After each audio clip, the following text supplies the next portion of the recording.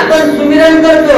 एक माणूस गावातून जात असताना गावच्या लोकांना सांगितलं आज आमुष आहे बरं का, बसा मोठ्यावर जावं लागते तुम्हाला. हा मसा मोठा आहे तिथं. मग काय काय म्हणून सर असं राम राम राम श्री गुरुदेव सर्व दिलं लगेच हनुमानजी शाळा ठेवली.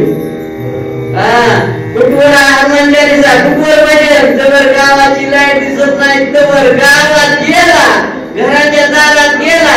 मेरे अंगणों में तुम्हारा क्या काम है भगवंता म्हणायला. असे लोक येतो अंगाला आला तर देवा तू माझा बाप, अंगाचा गेला तर देवा तुझ्या बापाचा. असे लोक येत, असे लोक आहेत. अरे पण अखंड भगवंतानं सुद्धा जेव्हा जेव्हा भेटायला गेले ना तर काही मागितलं नव्हतं देवानं, काहीच मागितलं नाही. पण देवाने एवढं दिलं एवढं दिलं. अरे माझ्या सुधारणाची परिस्थिती बघली ना, आज या माझ्या जगामध्ये कुणीच त्याच्यासारखं दुःख मिळणार नाही. अरे मुलांना घालायला कपडे नव्हते, पत्नीला नेसायला साडी नव्हती, तुटलेली फाटलेली तसली साडी घालावी, आपलं धोतर सुद्धा ठिकाणी गाठी बांधावं तरी माझ्या प्रश्नामध्ये व्यत्यय आणला नाही. आणि पत्नी सुद्धा सुशीला नाव होतं. काय सुशीला. अरे एवढं काहीच नसताना कधी भजनामध्ये व्यत्यय आणला नाही. आपल्या नुसती पत्नीच नसू द्या, पूजेला बसू द्या, आपण दान शिव्या द्यायचा, कुणाला पूजा करायला मालक तरी चालू असतंय. असतंय का नसतंय? उगाच भगवंत कुणाच्याही घरी कुणाच्याही सगळं बोलायला तयार नाही, कुणाच्या कीर्तनात नाचायला तयार होत नाही. त्याला भावना होईल पाहिजे बाबा भगवंताविषयी एवढं निष्ठा होती, एवढं प्रेम होतं. सुशीलानं कधीच सुद्धा देवाला भजनामध्ये व्यत्यय आणला नाही, कधीच त्याला भजनापासून आळवलं नाही. अखंड भजन करावं. तसंच आपलं पोट रिकामा असलं तरी कधीच आपल्या पतीला काय म्हणले नाही. आपलं सागरात आली तुमचं नसत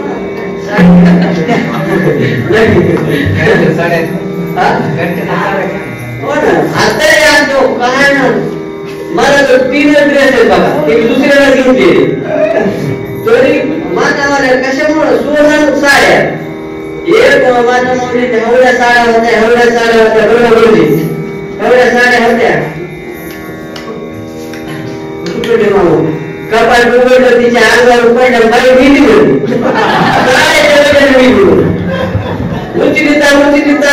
कटाळून गेलं, दम कुठून गेली नदी तरी साड्या आणत म्हणायची. आता पुन्हा तुम्ही कपाट गेली जाऊ बघा, धिंगाण असते का नाही. एका साडीचा नंबर येत नाही म्हणल्यावर तरी त्यांना आशा असतेच. पण कधी माणसाला मी जीव देत, माणसाला मी जीव देत नाही. अरे असं नाही. पत्नीची पारख कधी माहिती का, आपल्या वाईट काळात खरी पत्नी कळत असते आपल्याला. वैभवान संसार करण्यानंतर कोणी देऊ, तुमच्याकडे धन असावं, घर असावं, गाडी असावं, आणि मग तुम्ही बाहेरून आल्यावर पाणी द्यावं हे तर कोणी पडेल. पण तुमच्याकडे काही नसताना मालकाची देवाप्रमाणे सेवा करणारी ती खरी पत्नी असते बरं का. ती खरी अर्धांगिनी आहे, ती खरी अर्धांगिनी. तुमच्याकडे वैभवावर बघून प्रेम करणार. पण काय वेगवेगळे पैशावर सगळं मोजल्या जातं, याच्यात प्रेम काय राहिलं नाही. घराघरात काय राहिले आता, पहिले घर लहान होते पण प्रेम महान होतं. आज घरे मोठी झाली पण एकामेकाचं तोंड बघण्याची सुद्धा इच्छा राहिली नाही. 4 माणूस 4 तोंड राहिला तोंड.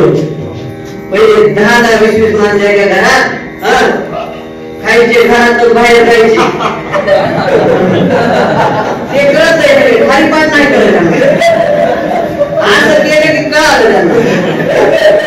दादा होत का नाही, पहिलं घरात खायचं चटणी भाकर आणि बाहेर जायचे, आता बाहेर खाते.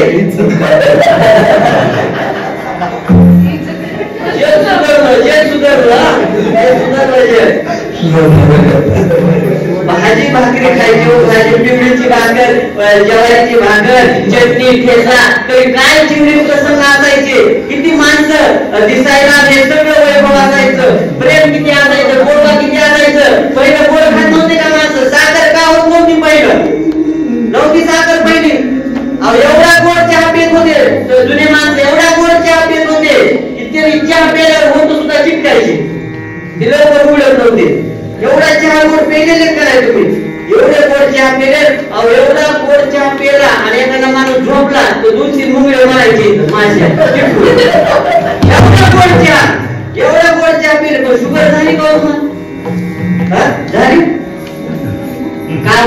शुगर काय नव्हते का माणसं गोड खाणारे? पहिलं गोड नव्हतं का? अहो काही विकायचे ते काय म्हणतात मध खायचे, पुन्हा त्या बाटलीत काय आणायचं आपण ते गुराळ पाक तर गुराळ का पाक, पुन्हा ते आळण करायचं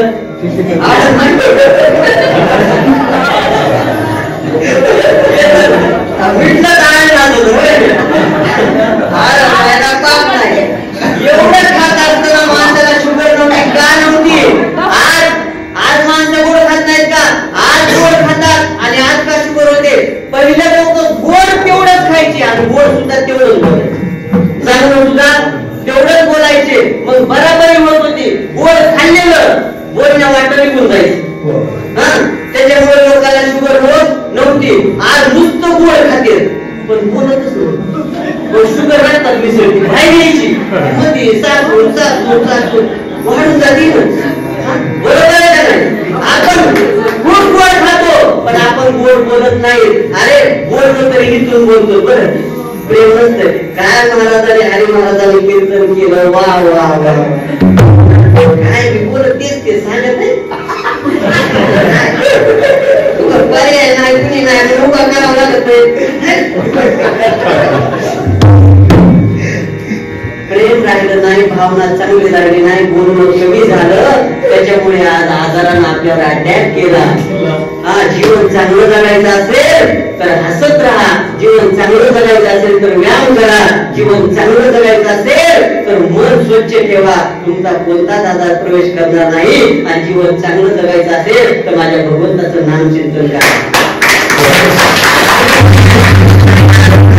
लागत नाही, स्वच्छ अंतःकरणाने त्याचं भजन करा. गरजा वाढून बसलो, गरजा कितीही केल्या ना किती कमी पडणार आहे. कितीही केलं तरी नाही आपली इच्छा पूर्ण होणार, दादा नाहीच आपली इच्छा पूर्ण होणार. म्हणून इच्छा आपल्या असत्यात पण ती गरजेची गरज नाही, पण इच्छा आहे. पण काहींची गरज आहे पण आपल्याला इच्छा नाही. मुक्तीची आपल्याला गरज आहे पण इच्छा गरज आहे का नाही? इच्छा नाही पण गरज आहे. पण माऊलीने ह्याच्यात सांगितलं गरज नाही, गरज आहे पण आपल्याला इच्छा नाही. जा वाटतंय का आपल्याला मुक्ती मिळावं? आता जर कीर्तन संपल्या जग सुख करायला नेलं, विमान आणतं, बाहेर विमान लावलं, इथं चला वैकुंठाला जातात बरं. म्हैशीला कोण सांभाळेल बाबा? माझ्याशिवाय तुझं काढून येत नाही. अहो आपलं म्हणणं काय? जगद्गुरु तुकोबारायची पत्नीनं तुकोबारायला भगवंत न्यायला आले. तुकोबारायला सांगितलं मी माझ्या सगळ्या लोकांना मध्ये चला वैकुंठाला यायचं का माझ्या बरोबर? अहो भगवंताला तुकोबाराय म्हणतात अखंड लोक माझ्या बरोबर राहिले, माझ्या सहवासात राहिलेले, माझ्या लोकांना सोडून मला जाता येणार नाही. भगवंत तुम्ही थांबा, मी लोकांना विचारून येतो. काय चला वैकुंठाला म्हणून विचारून येतो. तुकोबाराय आले आणि चला वैकुंठाला. लोक म्हणजे बिघडला आता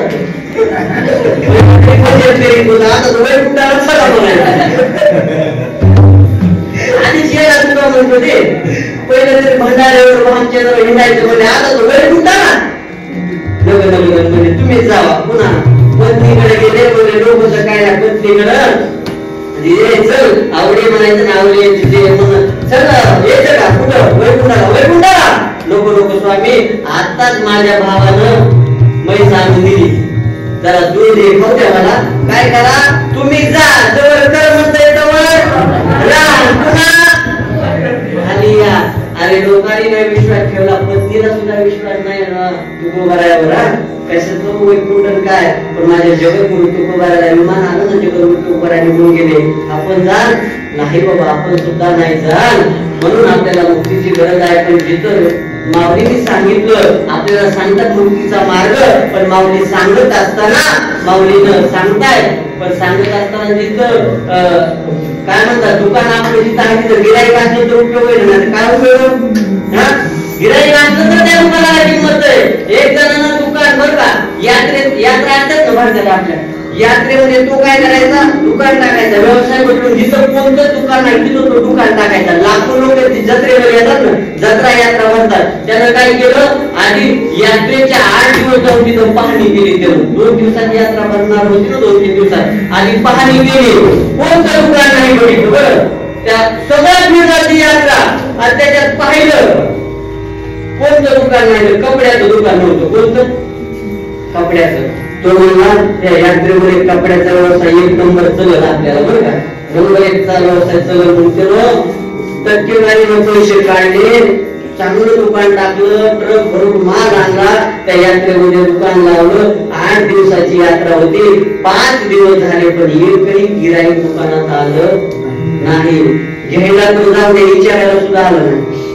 तुला त्यानं आयडिया चेंज केली. म्हणला एका शर्टवर 1 शर्ट, एका पॅन्टीवर 3 चालू केलं तरी लोक आले नाही. 8 दिवस गेले तरी लोक येत नाहीत. कस काय? त्यात पुन्हा त्याला लक्षात आलं, यात्रा जी होती का, कुणाची होती? दिगंबर पंतांची.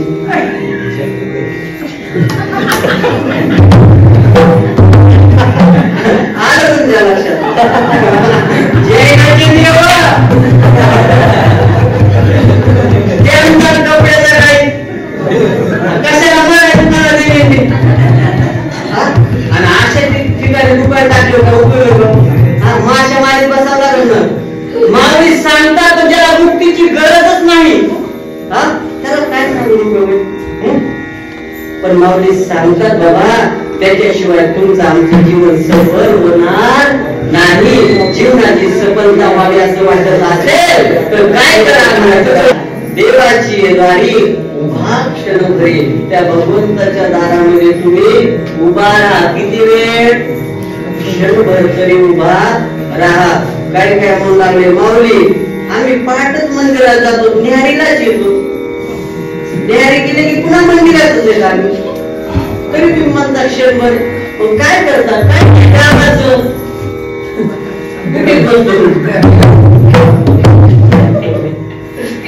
गावाचा कुठं कुठं मंदिरात रात्रभर नाही, तिथं दुकानाला उपयोग करायचा. काय काय याच्यासाठी मंदिराचा उपयोग आहे. मंदिरात प्रत्येक वेळी तरी आपले लोक काय काय दर्शन करायचं की काय आपल्याला घेऊन देणे यानं तर सुधारणार आपले लोक. आता फळ घ्यायचा प्रत्येक खेळणार मंदिरात पण असतील.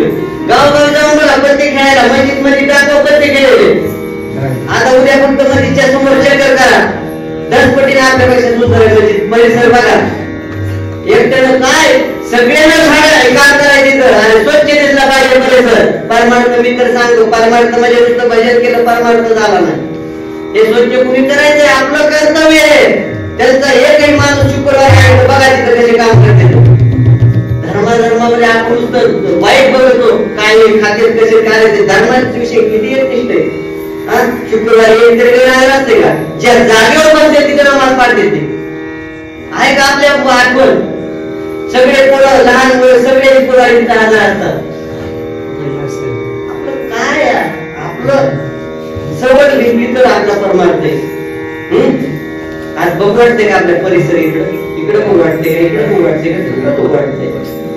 आपली जिम्मेदारी प्रत्येकानं एक दिवस सगळ्यांनी काढायचा. आणि आपली जिम्मेदारी एवढे जर लोक एकठे आले तर काय लागतो स्वच्छ आहे.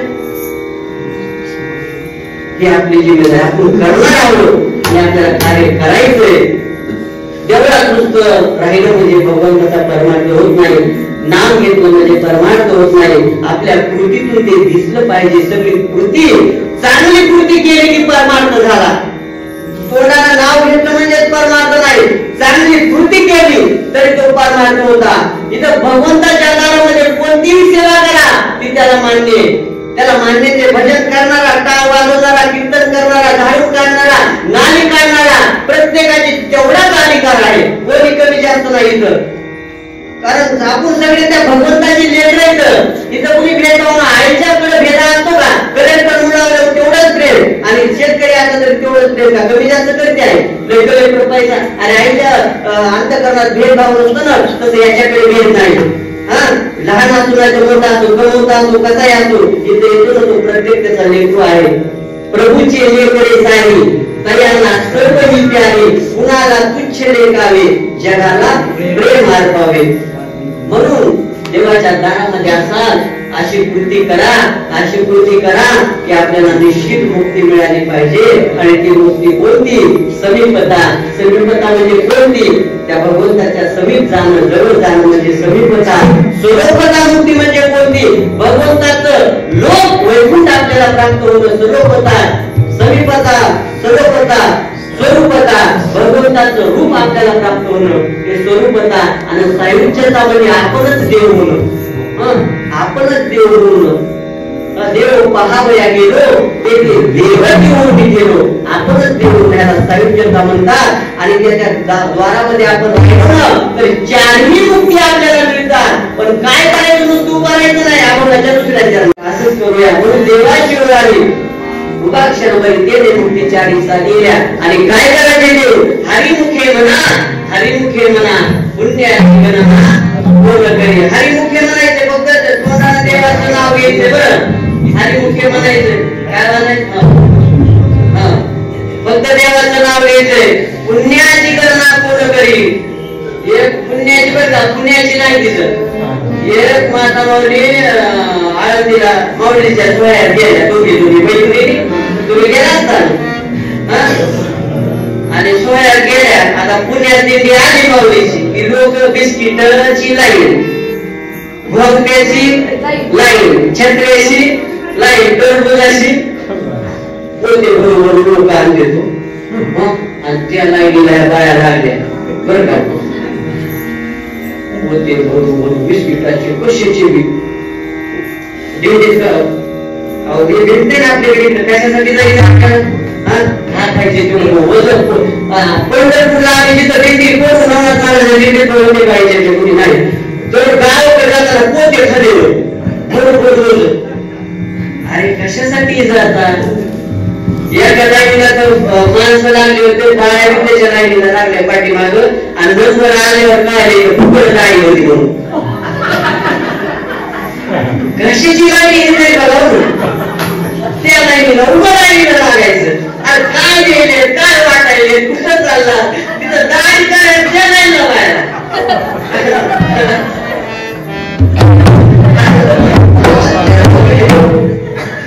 आणि पाय आणि एवढी सेवा, कपडे दिले, कपडे सुद्धा वाटले. आणि मन या दोघीची चर्चा संध्याकाळी. माय उगाच ज्ञानेश्वर महाराज म्हणले का पुण्याची गणना पूर्ण करी. किती माय वागिते